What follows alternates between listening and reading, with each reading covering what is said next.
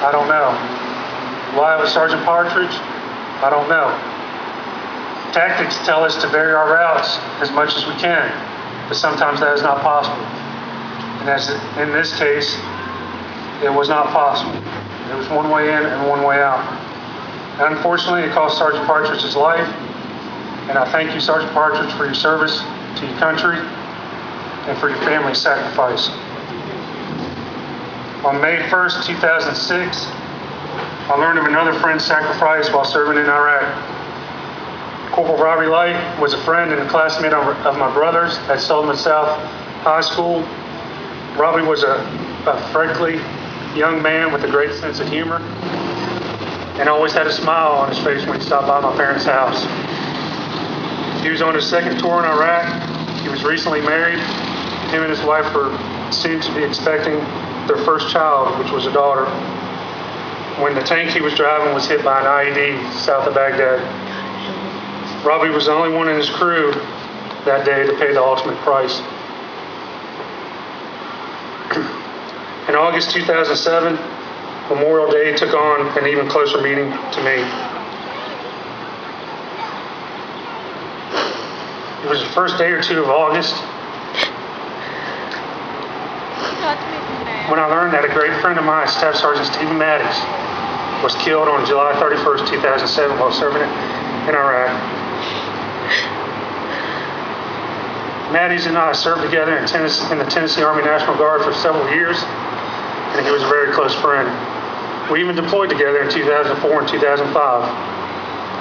Mattis, being a true soldier, volunteered to go back to Iraq for a second tour with another unit from Tennessee.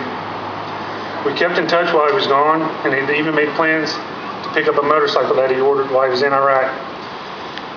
He ordered a Harley-Davidson motorcycle, and we made plans for him to get a ride to the dealership in Middle Tennessee, and I was going to ride my bike down there, following him, and then we were going to ride back together.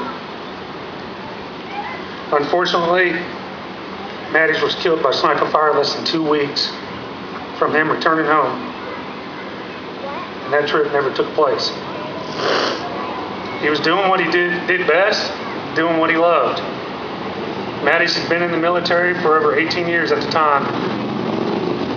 He was training soldiers of the arriving unit that was supposed to replace him on how to conduct their mission when he was hit by the sniper fire. Mattis and I served together, and at the time he was an E5 and I was an E7. And if you never think you can learn something from a younger soldier, then you're wrong, because I learned a lot from Mattis.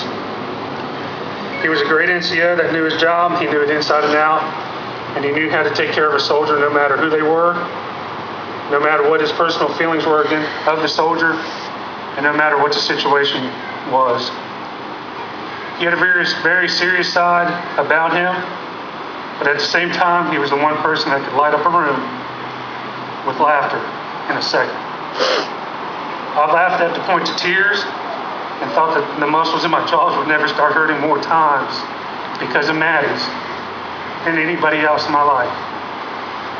From the time we were in class together, when I looked down and caught him rubbing some little white piece of linen in his pocket, and I thought, what kind of freak is this? So every time he would come shuffling through the barracks with these ugly, ugly, ugly Adidas slippers.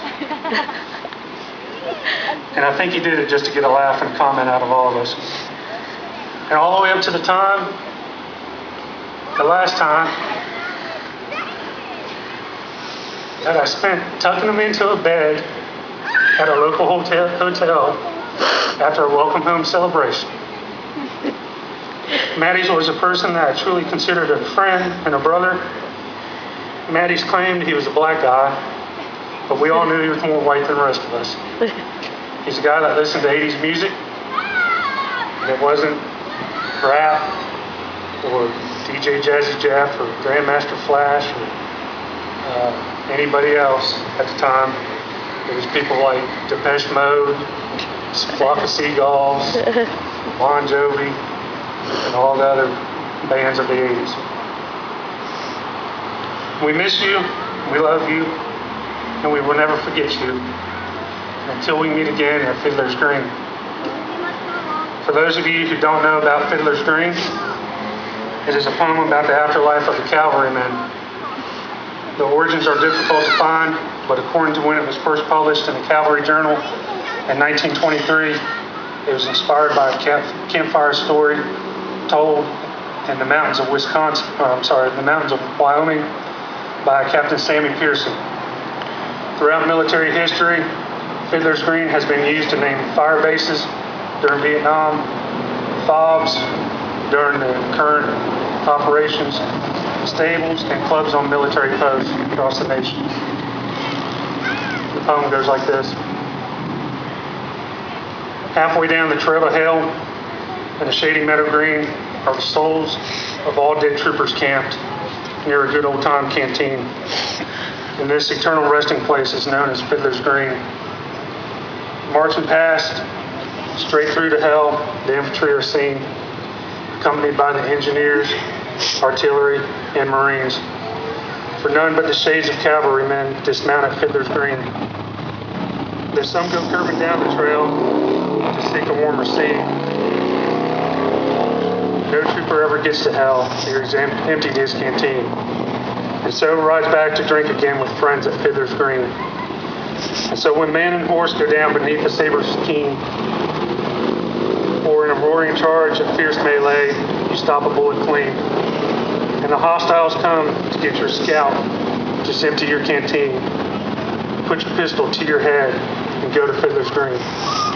Thank you.